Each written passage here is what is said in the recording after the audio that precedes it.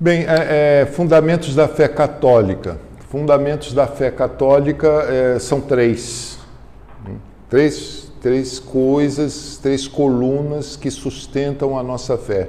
São os fundamentos, né? Todo edifício tem a fundação. Então, a nossa fé está suportada, está apoiada em três colunas, né? Que é a tradição, a escritura e o magistério. E é disso que a gente vai falar um pouco, né? Mas antes da gente falar disso, é importante a gente colocar o problema da fé, né? O que é fé? Como é que acontece isso de ter fé? E para a gente se situar de uma maneira bem concreta, bem viva, a gente tem que olhar para a nossa necessidade, a nossa realidade.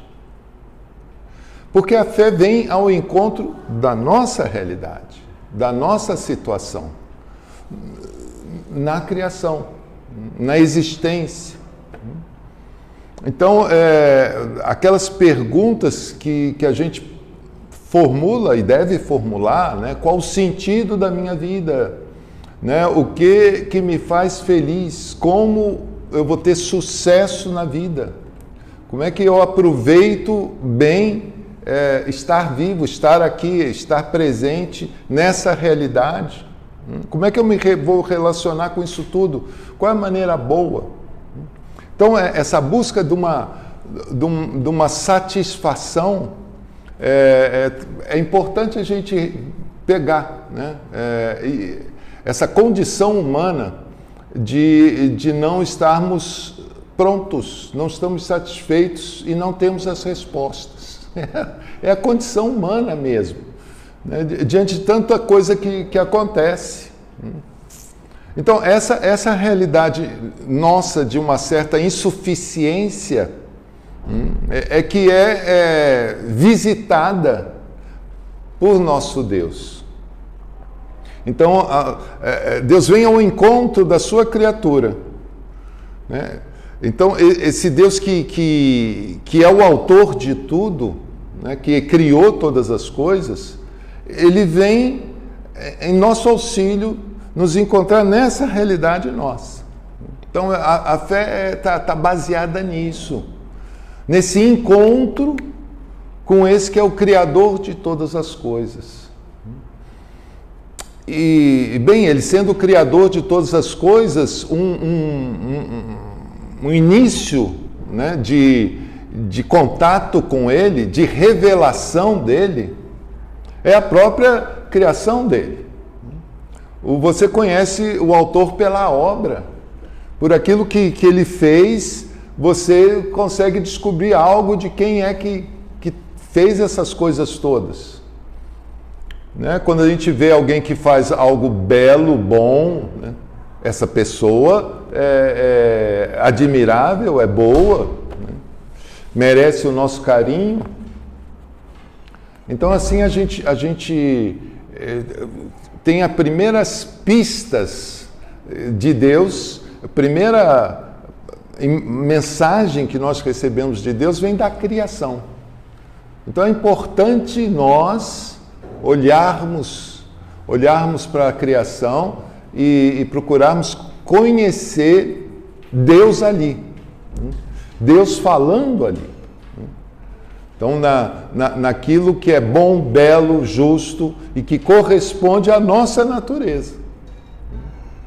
Então, isso é a primeira voz de Deus que a gente ouve, né? É a primeira mensagem de Deus que chega até nós, a realidade criada, a existência, a situação toda.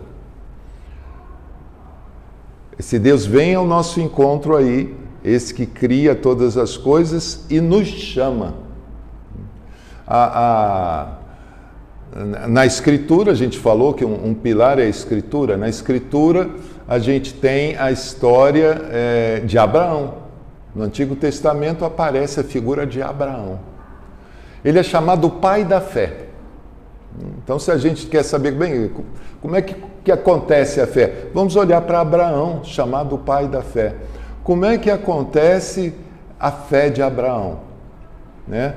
Então, se a gente for lá no Gênesis, no capítulo 12 do Gênesis, logo no iniciozinho do capítulo 12 do livro do Gênesis, então a Escritura, já vamos falar um pouco da Escritura. A Escritura, ela tem fundamentalmente duas partes, que é o Antigo Testamento e o Novo Testamento.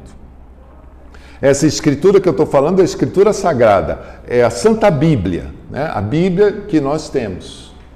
Né? Vocês têm uma Bíblia? Todos têm aqui, você tem uma Bíblia? Você tem uma Bíblia? Então todos temos a Bíblia. Bem, essa Bíblia que nós temos, ela tem duas partes, o Antigo Testamento e o Novo Testamento.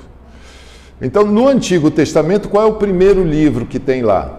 Porque Bíblia vem de biblioteca, por isso tem esse nome Bíblia. São vários livros, estão todos num volume só, mas são vários livros ali. O primeiro livro da Bíblia, qual que se chama?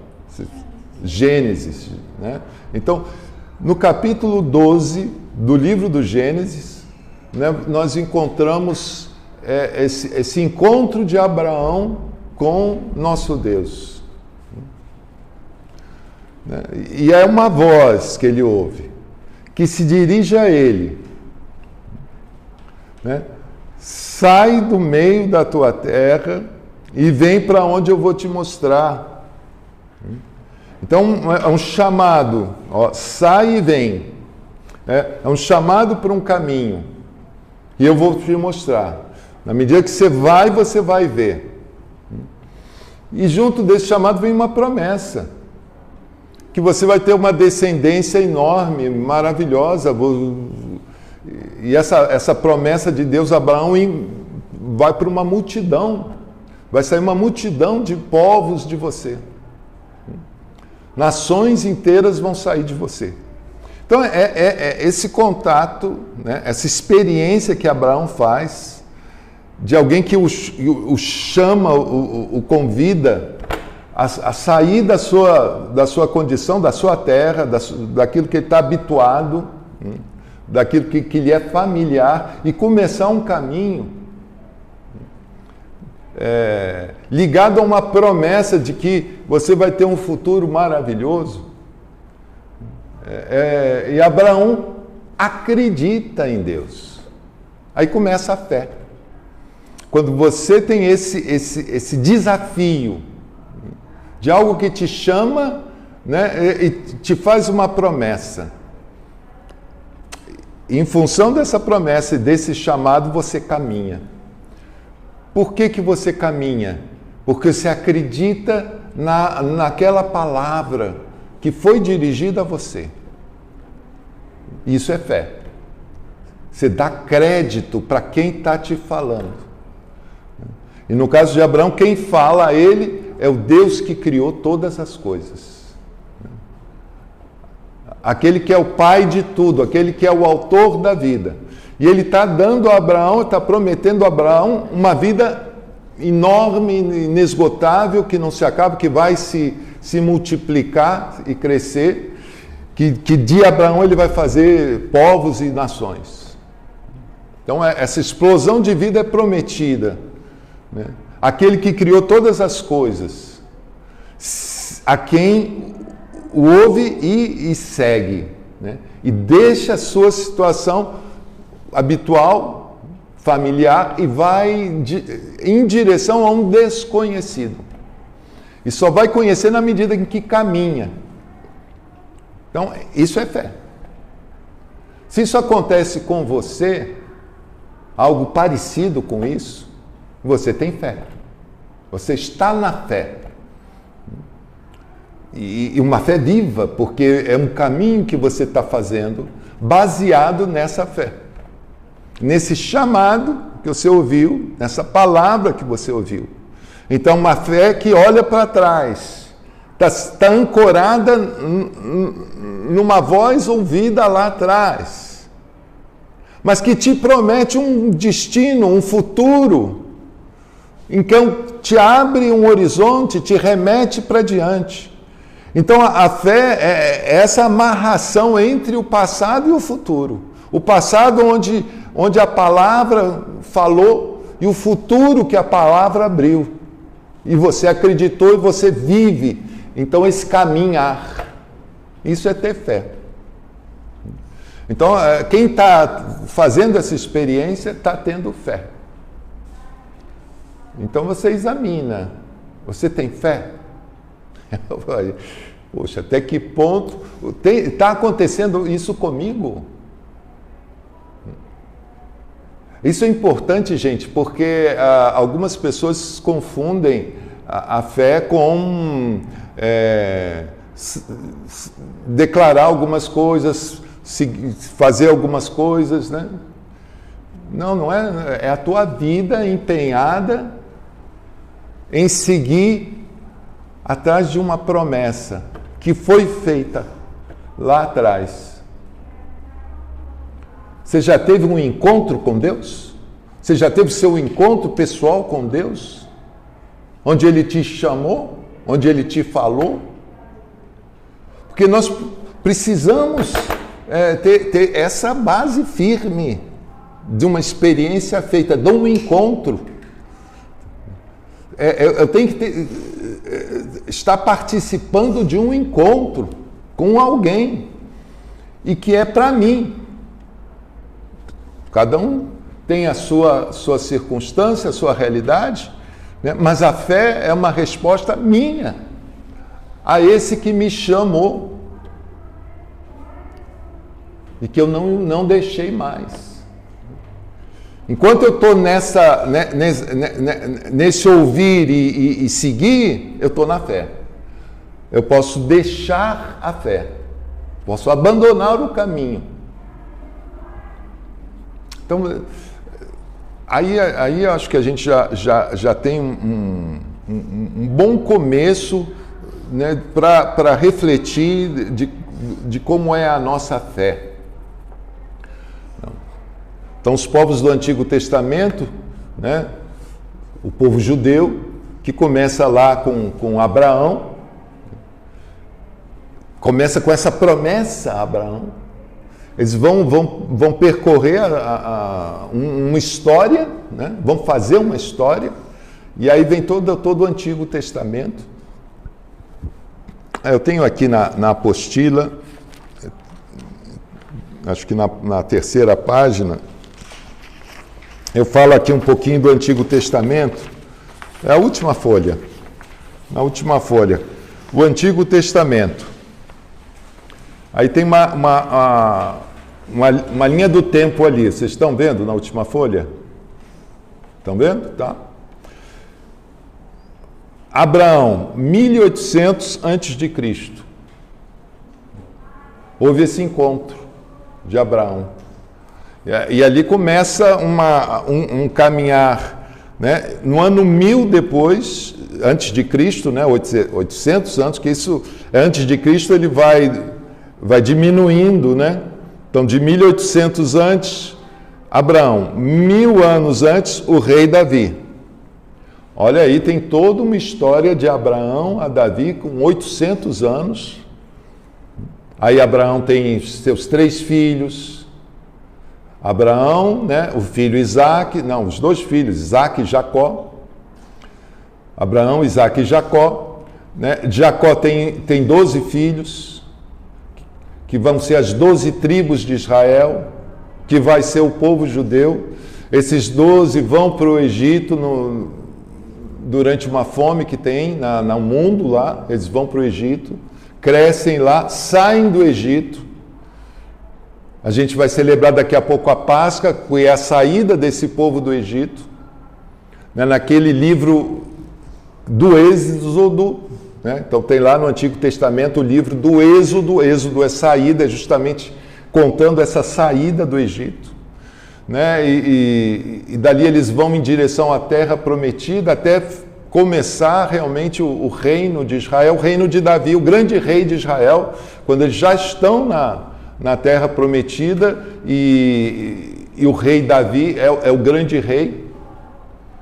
Então tudo isso é o caminho de fé. Depois vem vem outros reis, vem a decadência, eles vão para o exílio, né?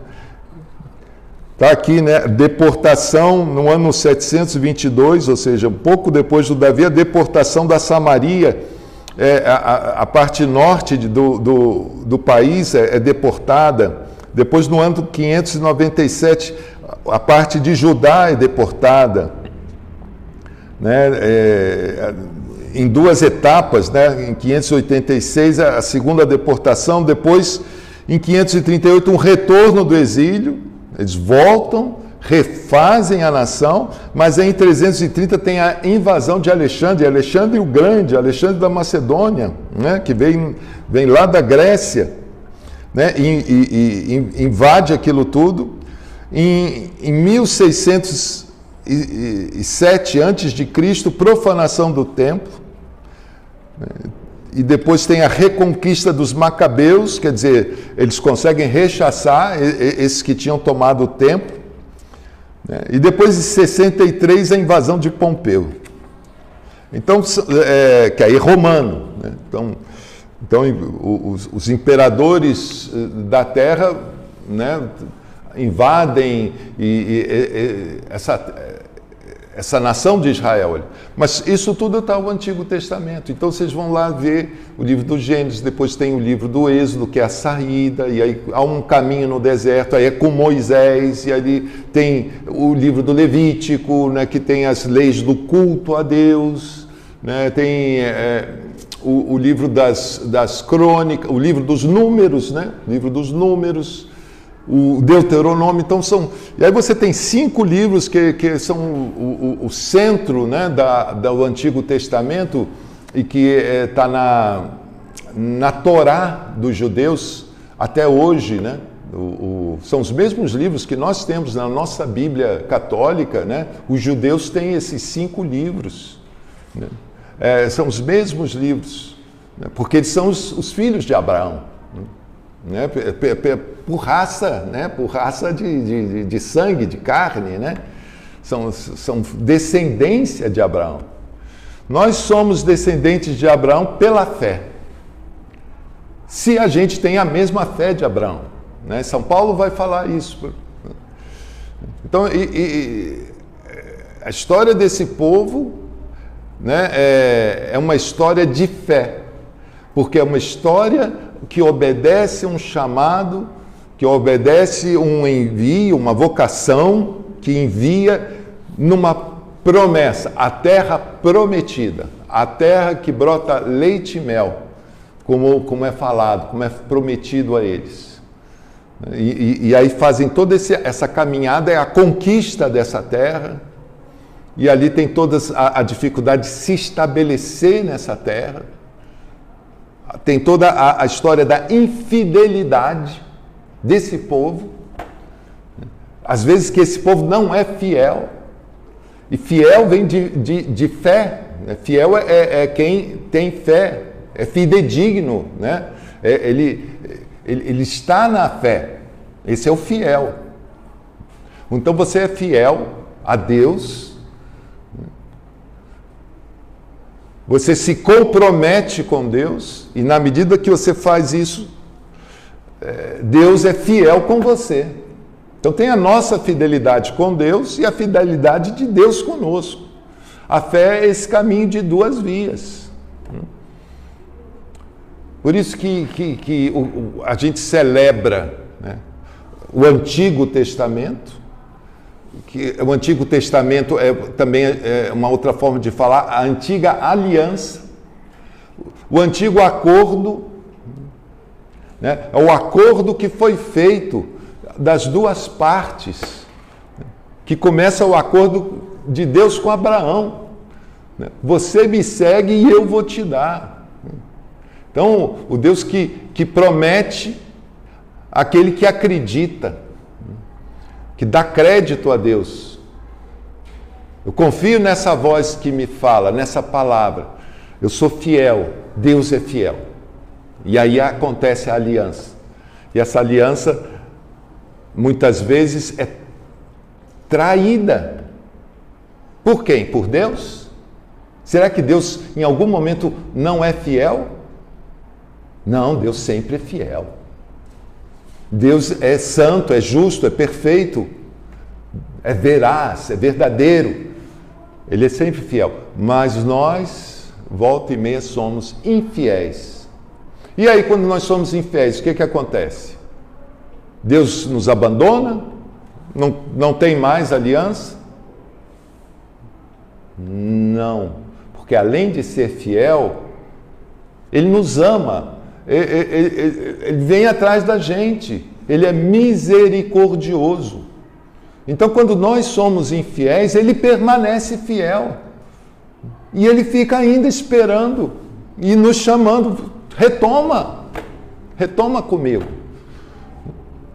E a pessoa de fé vai retomar o caminho.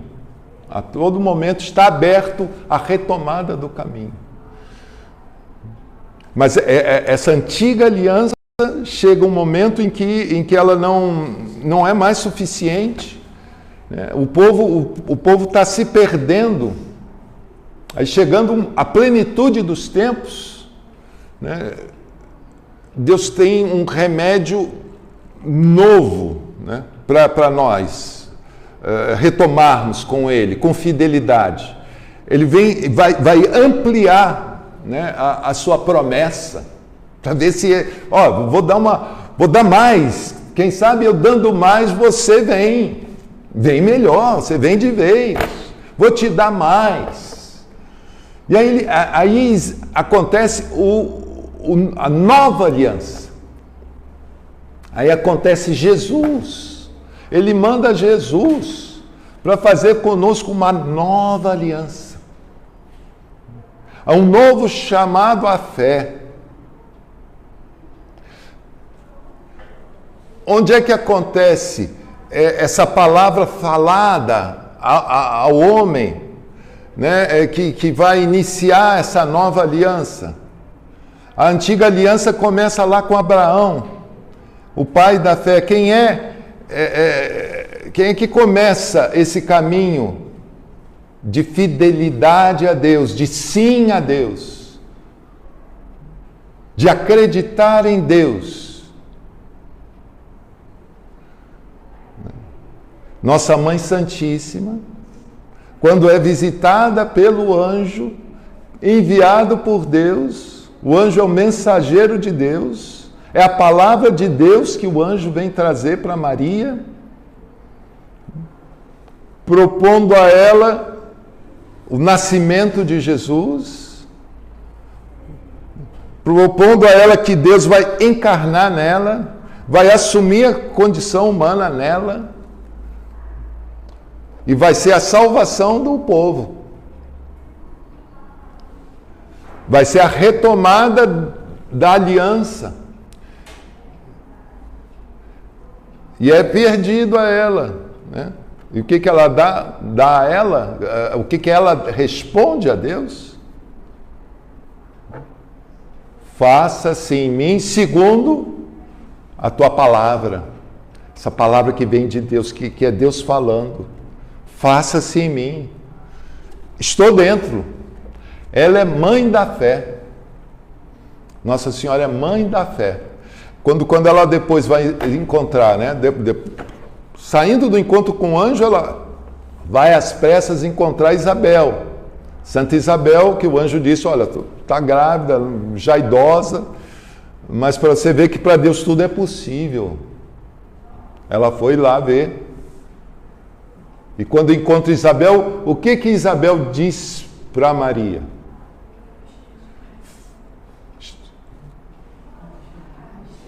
A cheia de graça foi o anjo que falou. Mas quando ela chega lá, bendita, a que acreditou, né? Bendito, porque vai se cumprir tudo.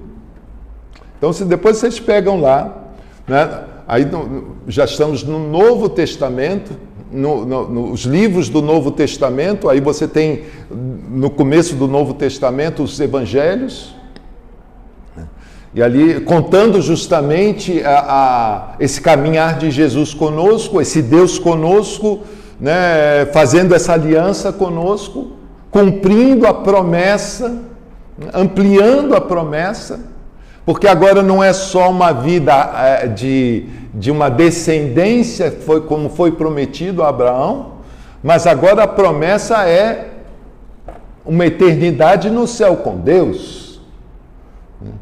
É novos céus e nova terra. É uma coisa muito mais ampla do que aquilo que tinha Abraão. Né? E não é mais para o povo judeu, os descendentes de Abraão, pela carne, né? Pelo sangue, não, mas é para o mundo inteiro. Então é uma ampliação enorme da promessa. É para todos e é para um alcance que vai além da nossa cabeça. A gente não consegue imaginar a grandeza de tudo que Deus tem para nós. São Paulo vai dizer, né, a mente humana nunca sonhou com algo tão grandioso como o que está guardado para nós, com Deus no céu, a promessa. Mas para isso vem, caminha, ser fiel, dá crédito. E agora não é mais uma palavra ouvida, né, mas uma palavra encarnada, numa vida presente, numa pessoa presente nessa terra, Jesus Cristo. E aí você vai ter os evangelhos narrando a vida de Jesus, as palavras de Deus na boca de Jesus, porque ele é Deus falando. Né? O evangelho de João começa, né, dizendo que o verbo se fez carne, a palavra se fez carne. Ele é a palavra, aquela palavra que falou lá para Abraão, agora a palavra é carne. Tem uma presença encarnada aqui. Mas na mesma dinâmica de nos chamar um caminho, como ele diz, eu sou o caminho, a verdade e a vida. Quem crê em mim vai ter a vida eterna. Então é isso, a fé é isso. Então é ouvir, você já ouviu essas coisas. Você acredita nessas coisas? Você segue Jesus? Você aceita fazer essa aliança com Jesus, que é Deus, que vence a morte? Olha, o compromisso de Deus conosco para não nos deixar dúvida, para a gente poder ser fiel, mesmo quando as coisas são difíceis. Né? Jesus passa por toda a dificuldade nossa. Ele vai até a morte e morte de cruz. Para mostrar, olha, eu estou com você até o fim. Humanamente falando, não tem o ir além do que eu estou fazendo. Ou seja, o compromisso de Deus contigo é total. Né? É como ele diz, amando, amor até o extremo, né? Até o extremo, até o máximo, até a morte e morte de cruz. E o próprio Jesus vai dizer, não tem prova de amor maior do que dar a vida pelo teu amigo, por aquele que você ama. Não tem prova, eu estou dando a prova maior. Por isso a gente olha a cruz de Cristo, para ter fé. Ai, como diz vai São Paulo, me amou e se entregou por mim, para me salvar. O compromisso dele é total. E o meu? Eu vou ser fiel. Ele está comprometido. Você olha para a cruz para ver o compromisso de Deus com cada um de nós.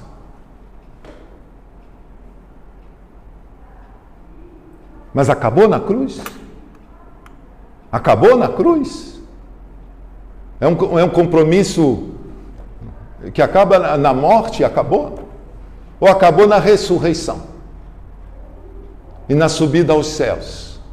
E no trono de glória? De onde há de vir a julgar os vivos e os mortos? Creio nisso. Esse Deus que se compromete comigo, né, e assume a minha humanidade, e nesse assumir a humanidade vai às últimas consequências, né, do que humanamente é possível, vai até a morte por mim. E depois com essa humanidade, essa mesma humanidade, vence a morte e sobe aos céus. E ele diz, eu vou preparar um lugar, estou preparando um lugar para você, está aqui. Então, eu vim na frente, mas é para vocês. Essa é a promessa. Então nós temos mais elementos do que o povo judeu para crer e ser fiel. Então você lendo lá as Escrituras, lendo o Antigo Testamento, vendo toda a saga, né, desde o Gênesis lá, toda a caminhada a história desse povo com Deus. Né? O chamado de Deus se reiterando, se explicando, se mostrando, né? Convidando a esse caminho, a infidelidade, a volta, né? Quedas e retomada. Aí você vai ver lá, é importante conhecer, né? o Pentateuco, depois vem o livro dos Juízes, tem umas histórias lá fabulosas, né? Vocês já ouviram falar de Sansão? Né? Sansão e Dalila, não conhecem a história de Sansão? Então está lá no livro dos Juízes. Então é uma época, então não tinha rei, antes do reinado de Davi veio essa época de Juízes, mas o pessoal queria rei, todo mundo tem rei, a gente precisa de um rei, porque não está bom assim, aí vem os reis, aí tem o livro dos reis. Então tem crônicas, reis, né, tudo isso contando a história, aí vem a história de Davi, está lá no livro dos reis. Depois vem os reis ruins. Davi tem Salomão, que é o grande rei, também sábio, mas já no final de Salomão o reino já se divide, já começa a ter confusões, e tem ora um rei bom, ora um rei mau, e toda a população sofre com isso, o pessoal é manipulado, é levado de um lado para o outro. Aí vem os profetas, aí tem vários profetas que Deus levanta para relembrar. Olha, vocês não têm que seguir as outras coisas, vocês têm um combinado comigo. Sejam fiéis. Vocês têm dois caminhos. Deus vai falar para eles, vocês têm dois caminhos. Outro dia a leitura era essa.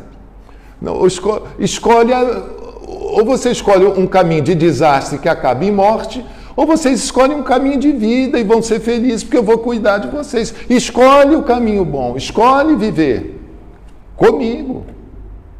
Então, isso é proposto, né, ao longo de Israel, né, pelos profetas. Né? O grande profeta Elias, que já aparece no livro dos reis, e depois todos os profetas, cada um tem um livro. Livro de Isaías, Jeremias, Abacuque, tem vários, Amós, tem vários profetas, onde Deus vem lembrar. Mas já ali ele já fala, olha, vai ter uma nova aliança. Eu vou fazer algo novo. E aí vem Jesus, o prometido, o esperado, né, para tirar o povo daquele emaranhado que eles estavam. Nós temos fé, nós seguimos. É essa a pergunta. Agora, esse chamado de Deus, que acontece lá com Abraão e com todo o povo através dos profetas, esse chamado é feito. Moisés, né, que escreveu os livros do Pentateuco, né, recebeu a lei de Deus do alto do monte. Vocês já viram a história dos 10 mandamentos, né? Deus dizendo, olha, cumpre isso aqui, e aí o caminho é esse, faz isso. Os 10 mandamentos. E depois você vai chegar em Jesus, que vai ampliar tudo isso e nos dar uma nova facilidade de sermos fiéis. Nós somos fracos. no seguir a Deus, no confiar em Deus, no pertencer a Deus. Então Ele nos dá a sua vida humana, aqui como o seu testemunho de sangue para nós, e depois nos dá o seu Espírito, o Espírito Santo de Deus. Também é nos dado em Pentecostes, vem a nós. Então a humanidade recebe uma força nova,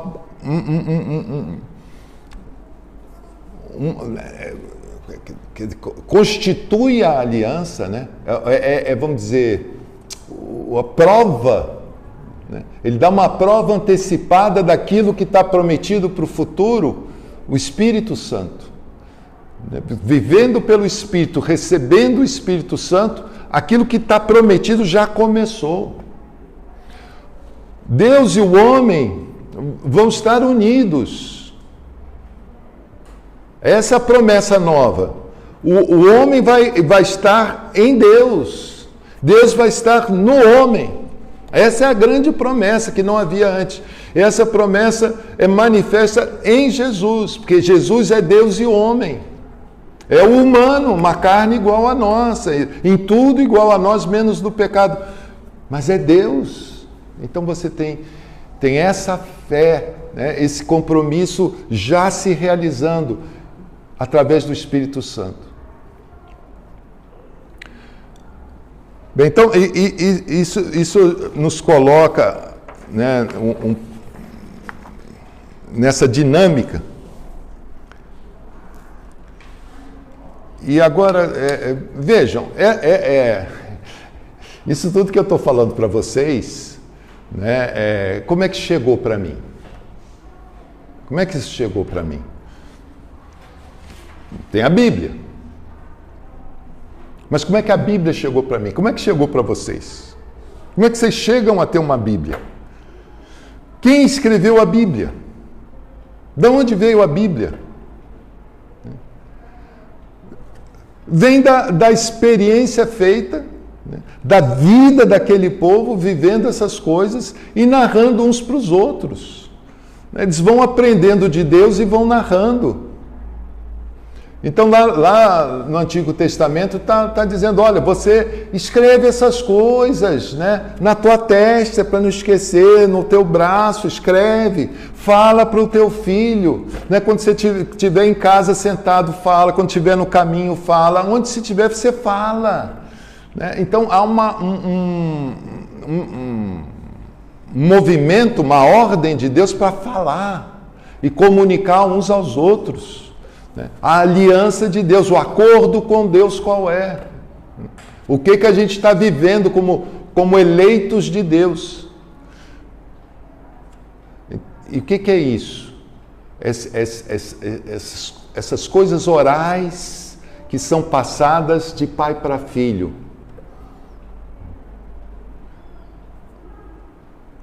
Você, estou pegando ela aqui, mas te disseram para lavar as mãos antes de comer?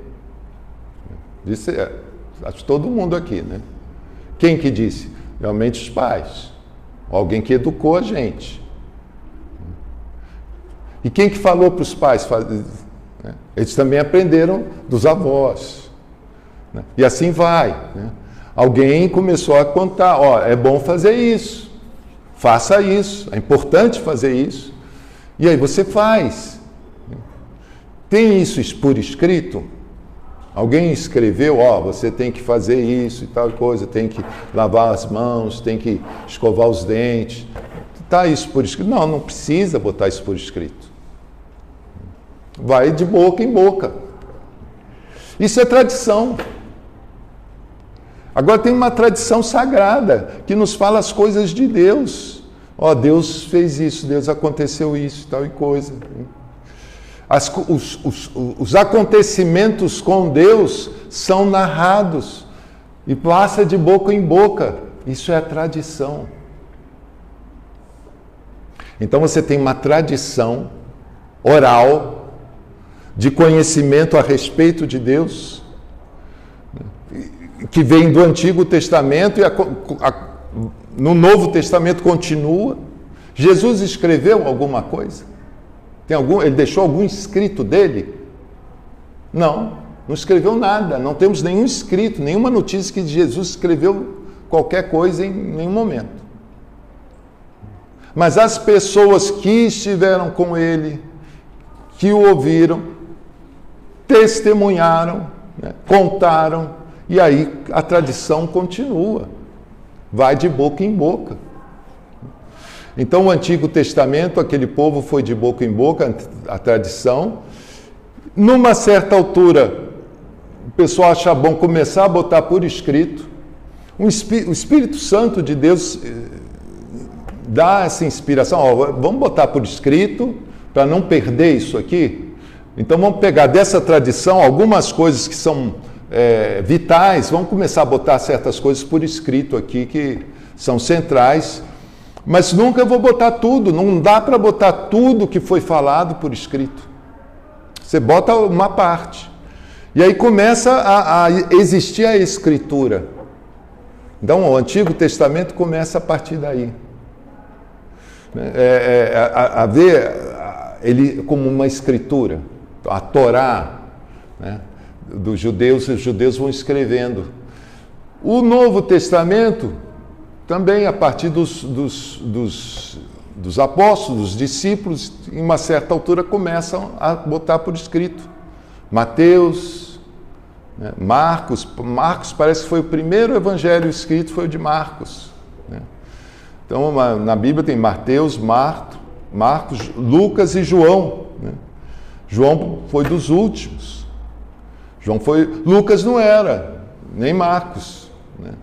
Marcos parece que era discípulo, era muito jovem na época de Jesus. Lucas nem conheceu Jesus diretamente, mas ele fez uma pesquisa toda, ele mesmo diz, vou pesquisar tudo que vou botar aqui para a gente ter um negócio bem seguro. E ele era médico, um cara meio de ciência, né, de pesquisa. Então ele fez um trabalho meticuloso, né, o Lucas, o médico. E aí temos o Evangelho segundo Lucas. Então você tem esses evangelhos. Se você for comparar esses evangelhos, algumas narrações de alguns episódios estão um pouquinho diferentes um do outro.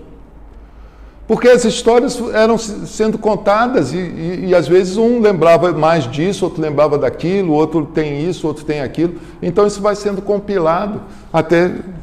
Então foi sendo escrito. Depois tem as cartas de São Paulo, ele mesmo escrevia as cartas, né? Na verdade, normal ele ditava para alguém escrever, né?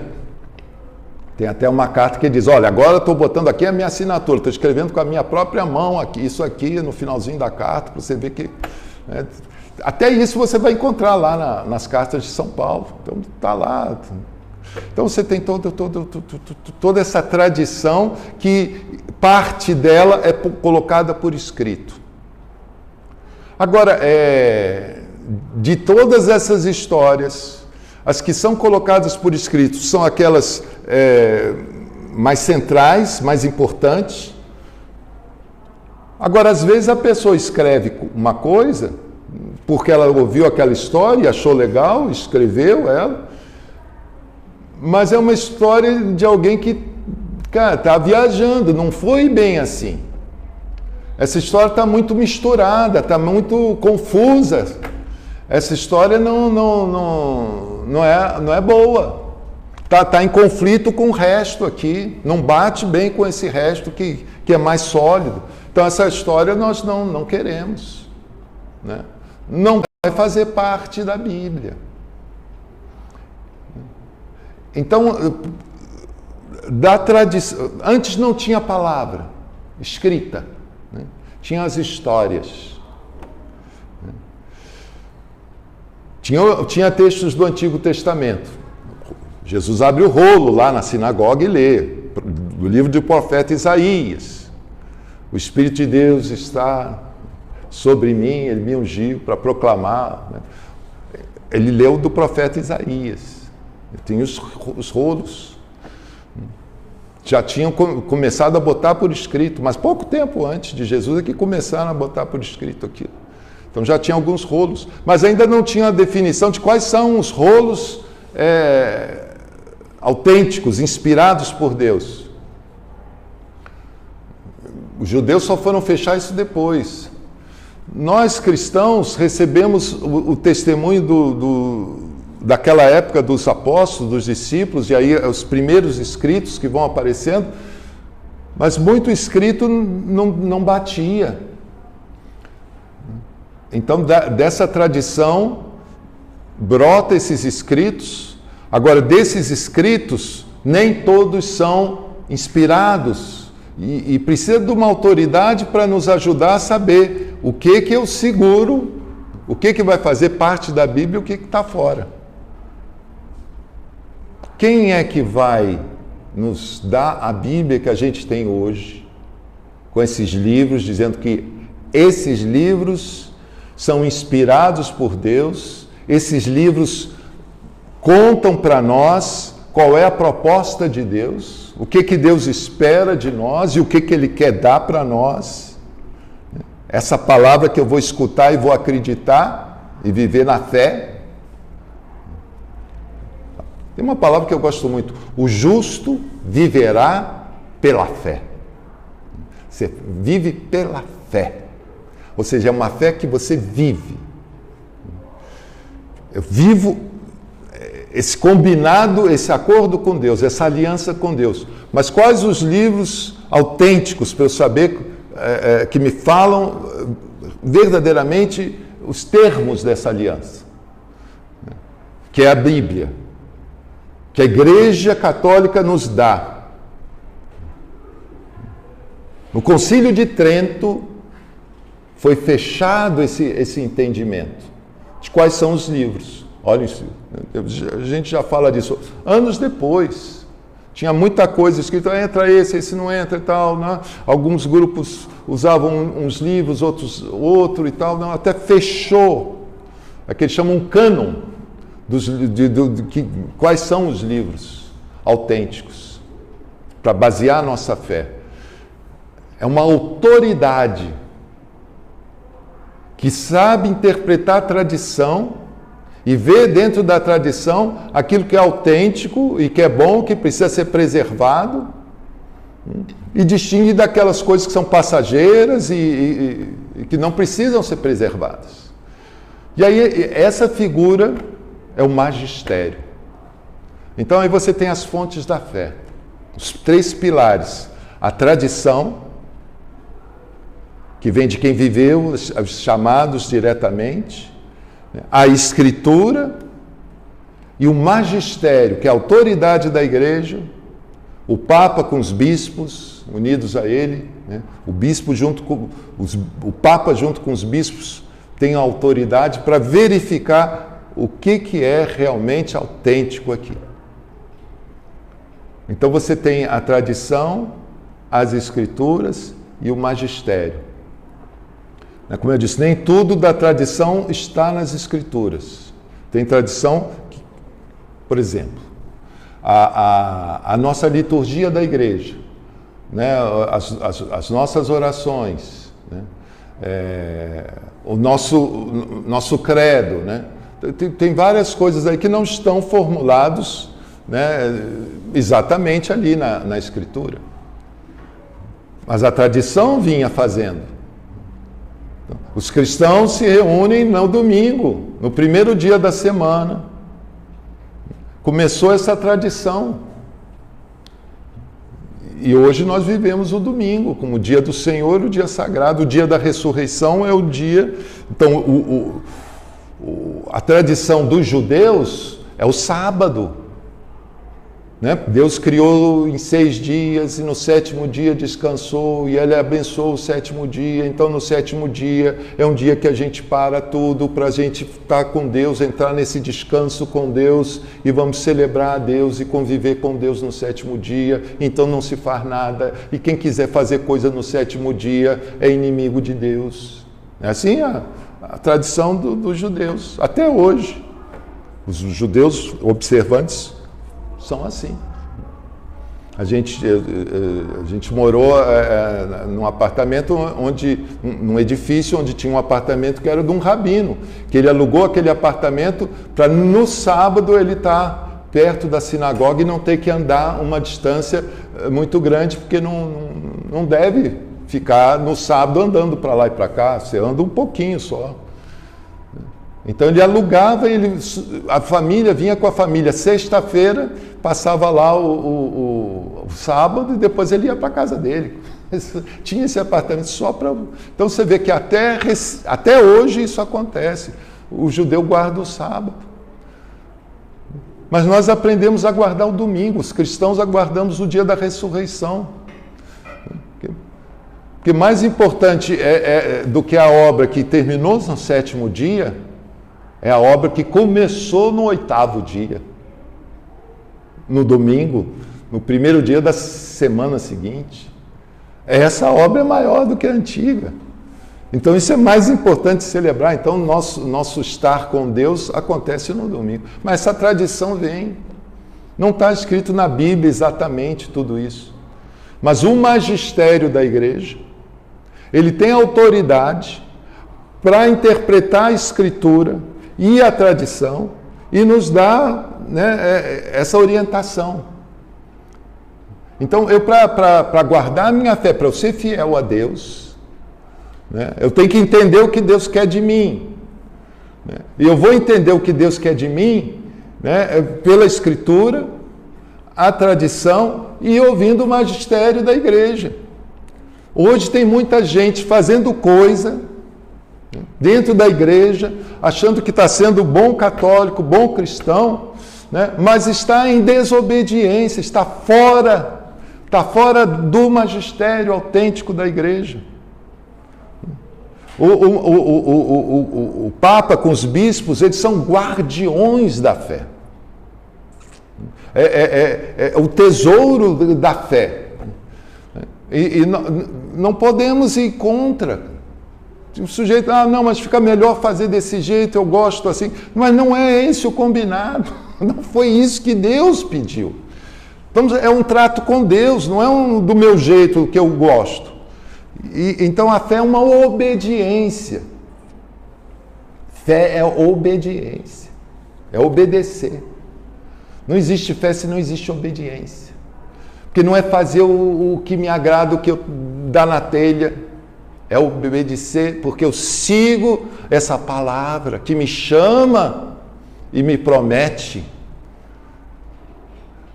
Outra palavra que você segue, diferente dessa, não te leva, não te garante a promessa. Você só pode ter direito, só é razoável você esperar que aconteça a promessa para você, se você está na obediência da fé, se você está obedecendo a palavra que vem de Deus. E para não haver dúvida, nós temos o magistério, que ajuda a separar o joio do trigo aí, né? Para não ter confusão. E nós hoje temos o grande santo Papa João Paulo II, ele teve um cuidado e fez um esforço grande para nos dar o catecismo da Igreja Católica. Quem tem o catecismo da Igreja Católica? Pô, parabéns, vocês que têm o catecismo. Você que não tem, mesmo quem não tem, tá na internet, você entra lá, você procura catecismo da Igreja Católica, no site do Vaticano, você tem ele todo lá. Mas é bom ter no livro, é mais fácil de procurar as coisas, porque se você tem alguma dúvida, o que Deus quer nessa hora, nesse momento, nessa situação, o que está certo, o que está errado, eu vou lá no catecismo. A Bíblia não fala muito de aborto, coisas modernas, né? De métodos anticoncepcionais, da pílula. Certamente a Bíblia não vai falar da pílula. Agora, a pílula anticoncepcional está de acordo com o trato com Deus, com aquilo que Deus pediu para nós? Né? Se eu decido usar a pílula, eu estou sendo fiel à aliança ou estou traindo a aliança nessa hora? Quem vai dizer isso? É difícil. Né? Às vezes aquela família já acha que tem muito filho, não, é melhor usar a pílula. Não tem problema usar a pílula. Não estou fazendo nada de errado aqui, não. Estou sendo fiel a Deus do mesmo jeito. Será? Tem certeza? Quem que vai te dizer isso?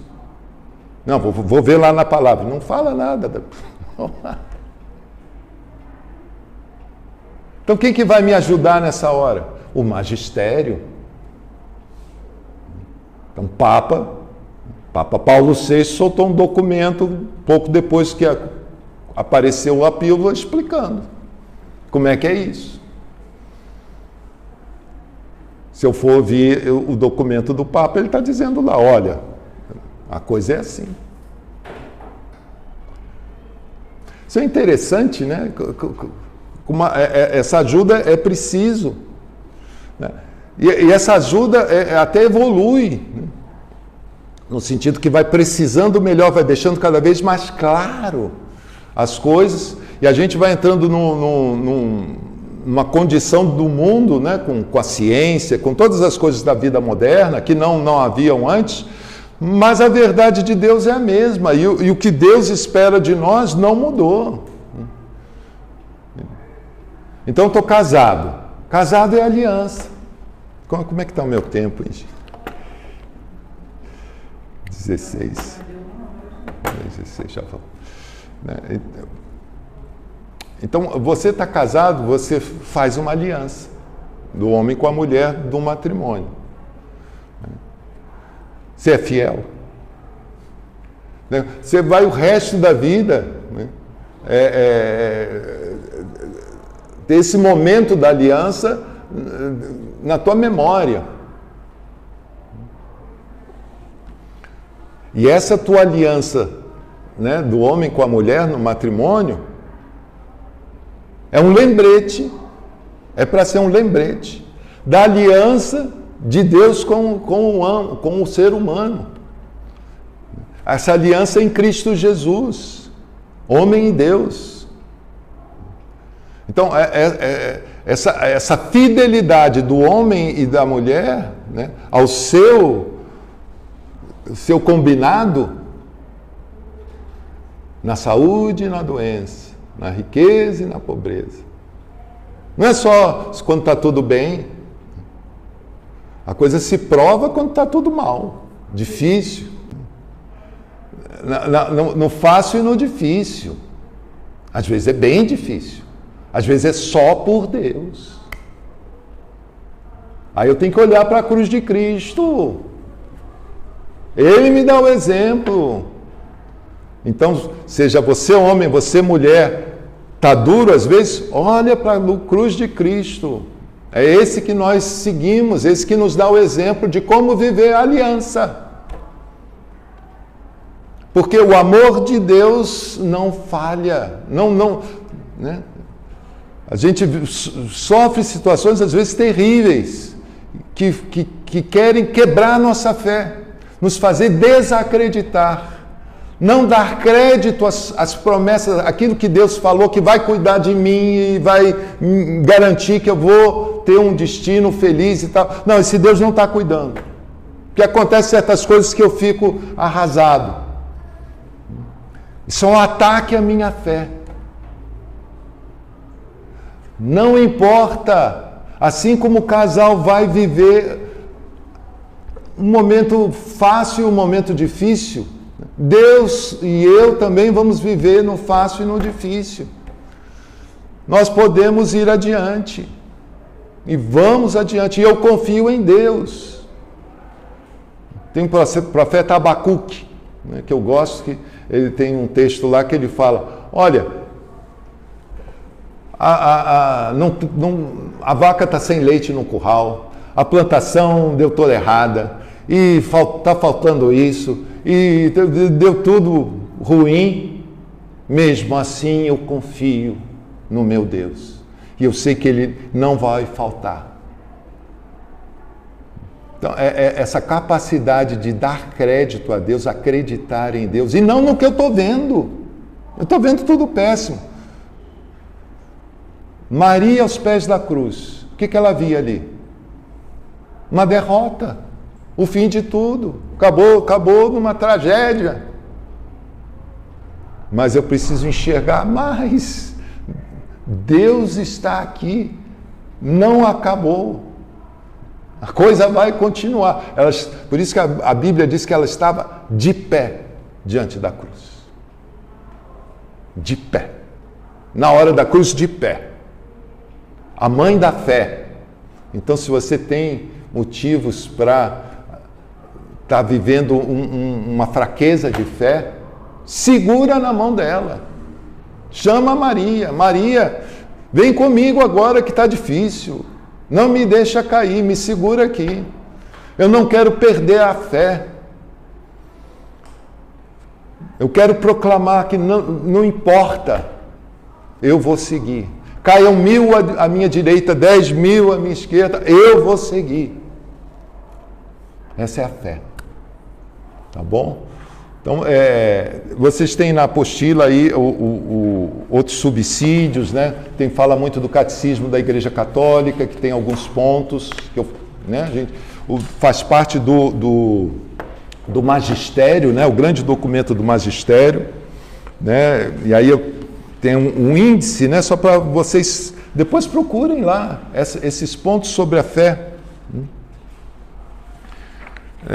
Então eu trouxe alguns pontos aí para vocês. Depois eu falo lá na página 3, Constituição Dogmática Dei Verbum, sobre a revelação divina. O que é essa Constituição? Um dos livros do Concílio Vaticano II, né? Quando teve o Concílio Vaticano II, né? Todos nós já ouvimos falar, né? Eles proclamaram alguns documentos, uma reunião dos bispos com a igreja para dar um gás, né? no magistério. Foi antes do catecismo, né? Bem antes do catecismo, mas saiu do Vaticano II, lá nos anos 60. E um documento que tem lá, que os bispos proclamaram, é essa Dei Verbum, falando da revelação divina. Né? Muito disso que eu comentei aqui com vocês está lá na Dei Verbum. E aqui eu também trouxe aqui um resumo de coisas. E tem aqui né, só para falando da tradição e do magistério, de como a coisa vai se consolidando, as coisas que para além daquilo que está na Escritura. Vocês estão vendo essa linha no tempo aí? Estão vendo? Né? Que começa ano 30 depois de Cristo, início da igreja, os apóstolos, é o tempo dos apóstolos. Estão comigo aí na página 3? Na folha 3? Então, estamos? Então, ali, capítulo 2, a transmissão, e ali eu faço uma lista de acontecimentos na vida da igreja. Assim como teve os acontecimentos no Antigo Testamento, na vida daquele povo, e os profetas depois retomando as coisas, esclarecendo, a gente teve na vida da igreja o magistério, né? Então, nos anos 30 é o tempo dos apóstolos, nos anos 100 é o início da era patrística, ou seja, são aqueles que estudaram com os apóstolos, são os seguidores dos apóstolos. Depois tem nessa época ainda estava o Império Romano perseguindo os cristãos, matando os cristãos. Em 313 tem o Edito de Milão, né? O imperador romano acaba com a perseguição, Constantino, em 313. 325, aí é o primeiro concílio. Concílios são esses momentos, a gente falou do Concílio Vaticano II, mas um dos primeiros concílios é esse Concílio de Nicéia, em 325, onde eles estabelecem que o Filho é consubstancial ao Pai. O Filho e o Pai, ou seja, Jesus e o Pai, o Filho e o Pai, têm a mesma substância, são Deus, né? Depois, em 381, concílio de Constantinopla, Espírito consubstancial ao Pai. Então, vocês estão vendo que aí nesses concílios vai esclarecendo que nosso Deus é uma trindade, é Pai, Filho, Espírito Santo, né? É um Deus, mas são três pessoas consubstanciais, né? Todos têm a mesma substância divina, todos participam de uma mesma divindade, né? Mas são 3 pessoas distintas. Então isso tudo ficou claro nesses concílios aqui. Depois vai falar das 2 naturezas de Cristo, verdadeiro homem, verdadeiro Deus. É totalmente homem e totalmente Deus. Para isso ficar claro, vem também dizer, Maria é mãe de Deus. O título certo dela é dizer que ela é mãe de Deus, não é mãe só de Jesus. Ela é mãe de Deus, porque Jesus é Deus. Então toda essa explicação é o magistério esclarecendo para nós, para a igreja, dando a nossa direção. Então aqui vai, aí depois vem os cismas, as brigas, assim como no Antigo Testamento teve as infidelidades, aqui teve também muita infidelidade, né? E aí começou os protestantes, né? Romperam e vários grupos hereges defendendo coisas erradas, se separando da igreja, tá toda a história. Não é tão diferente do Antigo Testamento, né? Com as infidelidades, aqueles grupos infiéis, mas sempre tem um resto que permanece fiel. Mesmo no meio daquelas confusões, tem o resto que é fiel. E daquele resto a coisa retoma depois e segue adiante, né? Então, isso não está na Dei Verbo, mas eu achei bom colocar aqui para a gente ter essa noção, né? Mas é isso, gente. Então, alguma pergunta, alguma coisa que vocês tenham curiosidade, queiram saber sobre esses temas? Não? Todos bem? Vamos ser fiéis? Somos fiéis? Estamos aqui na Quaresma. Quaresma é um tempo, né, que a igreja nos dá. Olha só como as coisas... É uma tradição, né? O magistério adotou essa tradição e recomenda isso para toda a igreja, viver o tempo da Quaresma. Mas essa tradição não está desligada da Bíblia, que Jesus, né, passou 40 dias jejuando no deserto, depois do batismo no Jordão. O povo judeu passou 40 anos no deserto, porque não foi fiel e tinha que retomar uma fidelidade para entrar na terra prometida. E se for ver aí, tem vários momentos desses 40 dias de quaresma. Essa quaresma não é uma invenção, né? Mas é colher da tradição e da Escritura algo importante que nos ajuda a ser fiel. Então vamos ser fiéis. Penitência, jejum, oração, caridade, perdoar uns aos outros, para ser fiel. Por quê? Por que eu perdoo os outros? Porque Jesus ensinou o Pai Nosso, né? Perdoa os meus pecados assim como eu perdoo os dos outros. Como é que eu quero receber o perdão de Deus se eu não dou perdão para os outros? Se eu não estou dando perdão, eu estou dizendo, Deus, não me perdoa também não. Você precisa do perdão de Deus? Perdoe os outros. Isso é caminhar na fidelidade. Isso é ter fé. Mas o outro é horroroso. Não estou dizendo que não é. É até pior do que você imagina. Mas você é fiel. Você segue Deus. Não importa. O horroroso dele, ele vai prestar contas a Deus na hora dele. Me cabe o quê? Perdoar. Amém?